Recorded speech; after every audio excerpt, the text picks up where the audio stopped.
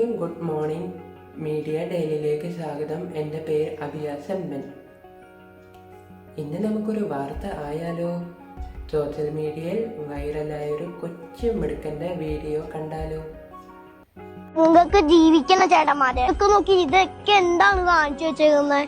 നമ്മളെ പോലത്തെ കുട്ടികള് അസുഖം വന്നിട്ട് മരിച്ചും പോകും. ഇന്ന് എന്റെ സ്കൂളിന്റെ ഫസ്റ്റ് ഡേ ആണ്.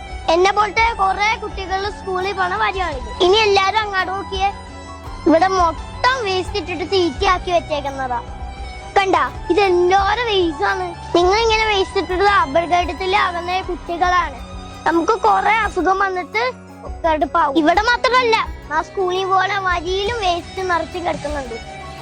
നിങ്ങൾ എന്നെ വേസ്റ്റ് ഇട്ട് കഴിഞ്ഞാൽ നിങ്ങൾക്ക് എന്താ ഉണ്ടാകണേന്ന് അറിയാമോ? നമ്മളെ പോലത്തെ കുട്ടികള് അസുഖം വന്നിട്ട് മരിച്ചും പോകും. എന്തോരം കൊതുകളാ!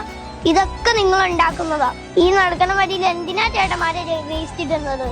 ഇതുണ്ടാ, റോഡിന്റെ രണ്ട് സൈഡിനും നിറച്ച് വേസ്റ്റ് ആണ്. ചാക്കിലൊക്കെയാണ് ഇവിടെ കൊണ്ടുവിട്ടേക്കുന്നത്.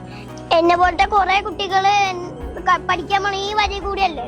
അപ്പൊ ഇവിടൊക്കെ ഇങ്ങനെ വേസ്റ്റ് ഇടാമോ? ഇതൊക്കെ നോക്കി ഇതൊക്കെ എന്താണ് കാണിച്ചു വെച്ചേക്കുന്നത്?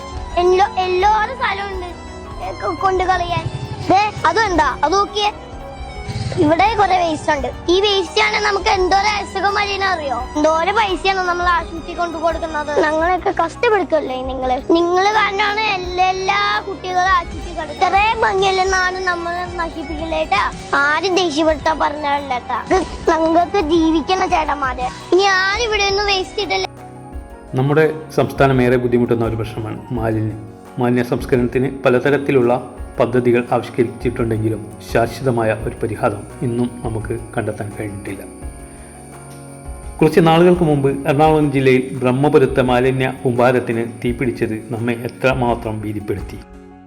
ഈ ഭൂമി നമ്മളെപ്പോലെ തന്നെ വരും തലമുറകൾക്കും അവകാശപ്പെട്ടതാണ് എന്ന് നമ്മൾ ഓർക്കുക. നമ്മുടെ നിലനിൽപ്പിനും വരും തലമുറകളുടെ നിലനിൽപ്പിനും വാസയോഗ്യമാക്കാൻ നാം ശ്രമിക്കുക. ഈ കൊച്ചു മിടുക്കൻ്റെ വാക്കുകൾ നാം പാലിക്കുക.